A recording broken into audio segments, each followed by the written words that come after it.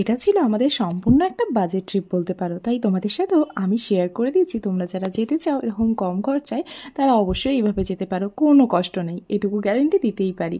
Share কার করে প্রথমে আমরা নিউ জলপাইগুড়ি থেকে শিলিগুড়ি, আর শিলিগুড়ি থেকে ওখানেও আবার শেয়ার কার করে চলে গেলাম হচ্ছে কালিম্পং। তো এখন দেখো তিস্তার অবস্থা কিন্তু এইরকম, এখন মোটামুটি ভালোই রয়েছে যেহেতু বৃষ্টি হচ্ছে না।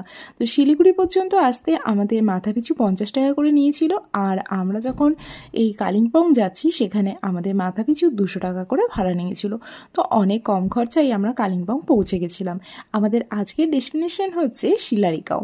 তো শিলারিকাও যাওয়ার জন্য আমাদের যিনি হোটেলের দাদা রয়েছেন তিনি আমাদেরকে বলেই দিয়েছিলেন প্রথমে পেডং পর্যন্ত আমরা শেয়ার গাড়ি পেয়ে যাব, কিন্তু তারপরে আমরা যে দাদার গাড়ি করে কালিম্পং আসি তিনিই আমাদেরকে বলেন উনি আমাদের শিলারিকাও একেবারে হোমস্টেতে পৌঁছে দেবেন।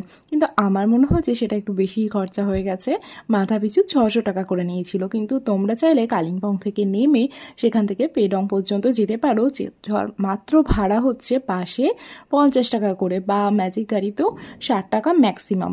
তো তারপর পেডং থেকে তোমাদের হোমস্টে যে কোনো গাড়িকে বলে দিয়েও তারাই তোমাদেরকে পিক করতে আসবে।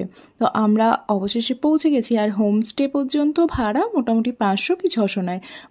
মোটামুটি মাথাপিছু 650 টাকার মধ্যে তোমরা কিন্তু অবশ্যই পৌঁছে যেতে পারবে শিলারিগাঁও। এছাড়াও শিলিগুড়ি থেকে তোমরা কালিম্পং এসে সেখান থেকেও অনেক জায়গার আর কি গাড়ি পাওয়া যায়। আর যাই হোক, এটা হচ্ছে আমাদের আজকের মানে দুদিনের থাকার জায়গা, আর আমার হোমস্টেটা ব্যক্তিগতভাবে ভীষণ ভালো লেগেছিল। অবশ্যই তোমাদের সাথে আমি আমার এই হোমস্টের সমস্ত কিছু ভিডিও শেয়ার করব কেমন কি। আর এটা হচ্ছে আমাদের প্রথমে দিয়েছিল এই নিচের ঘরটা, কিন্তু আমি ভেবেছিলাম যে আমাদের হয়তো একটু ওপরে ঘরটা দেবে, তো তারপরে দাদাকে বলাতে দাদা ওপরে ঘরটা গুছিয়ে দিয়েছিল।